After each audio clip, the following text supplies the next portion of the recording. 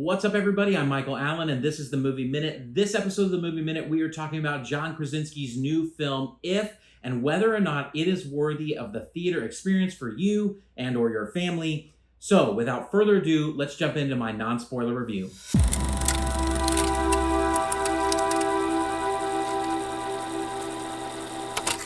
You know, John Krasinski is a cool dude. I feel like he was universally beloved as Jim Halpert on The Office, and then he made the transition into being kind of like the Hollywood leading man. He did Jack Ryan, which I highly recommend overall. He also was in 13 Hours, and he brought us now the Quiet Place universe, which is kicking out a bunch of spin-offs as well, which Lupita Nyong is about to star in this summer. And so he is doing a lot of cool stuff, and now he has ventured into the truly family film. He has kids in this age range with Emily Blunt, and you could tell he wanted to make a film for his kids, essentially.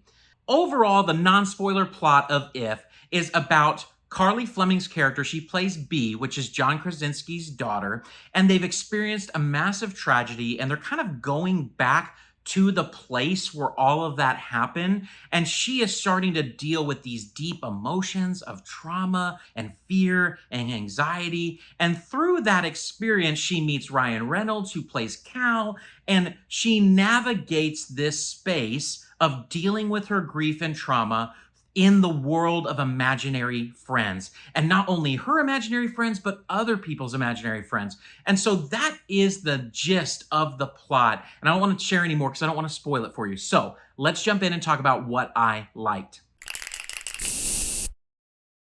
At the top of the list for this film is absolutely the cast. The cast is so good. I love John Krasinski, and I think he really embodies the corny, cheesy dad that he plays in the film. There is cheesiness to it, but there's just something so dad about John Krasinski that I really enjoyed that aspect of the film. Ryan Reynolds also is very, very good. He really brings it. He has that sarcastic, witty nature to him that he brings to every film. And the voice cast is just really, really strong, highlighted by Phoebe Waller-Bridge, who plays Blossom. Hi. Oh, God. And Steve Carell, who plays Blue. An if. Get it? Imaginary friend. And that's just really fun seeing Krasinski and Carell come back together on a project. You know they had a lot of fun doing this together.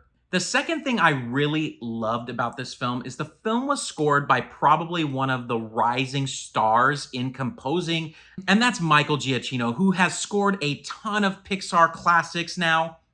He is incredibly talented, and the score was so good. I think there were multiple moments through this film where I felt my heart start to float.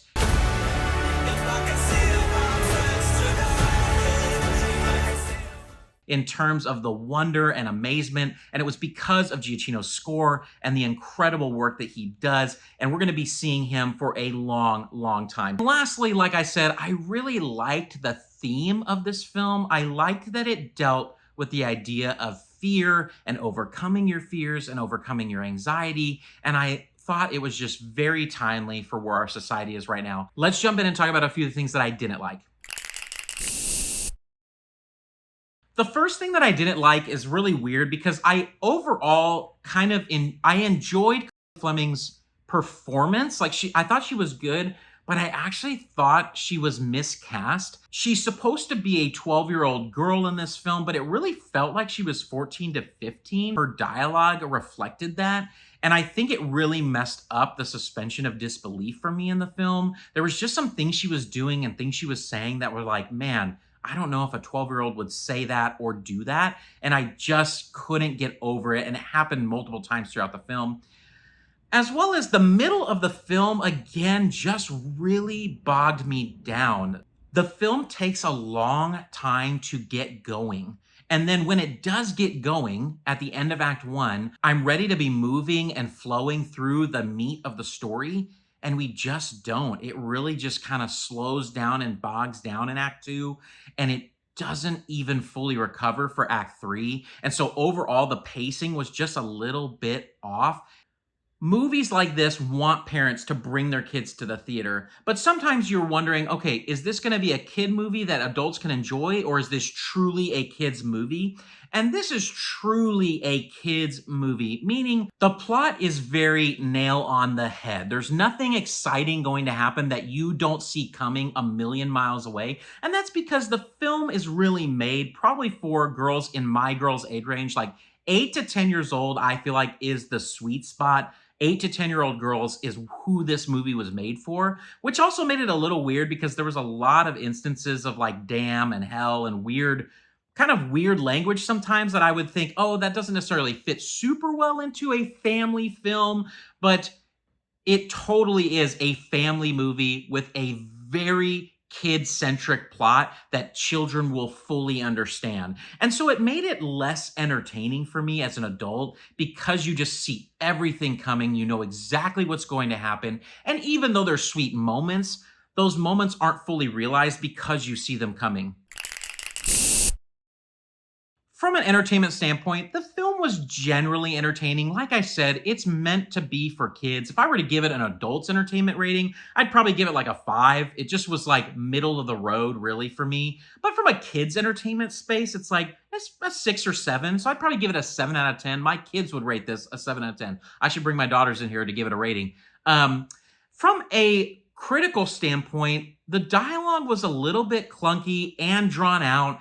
I thought the movie itself was long as well. And so there were just some things that weren't really working from the pacing, and really the setups and the payoffs were not fully aligned. There were some things that were being set up that just weren't fully paid off in the end of this film, and it just struggled. And so I'd probably give it a 6 out of 10 for critics rating. So averaged out a 6.5 out of 10 for me for If. The film isn't a home run when it comes to adults. So when it comes to Badge, I will give this a popcorn bucket because I absolutely think it hit the demographic that it wants to. So if you are a family wanting to take your kids to a movie, this is absolutely worth taking your kids to a movie. If you're an adult and you're like, oh, does this look interesting? I think this is kind of like a couch potato. I think you could wait for streaming for this. Leaving the theater, I was smiling on this film because it made me think about my childhood, and it made me think, did I have an imaginary friend? So hit up in the comments if you had an imaginary friend and what was their name, because that's fascinating to me, to the people that fully remember their imaginary friends growing up.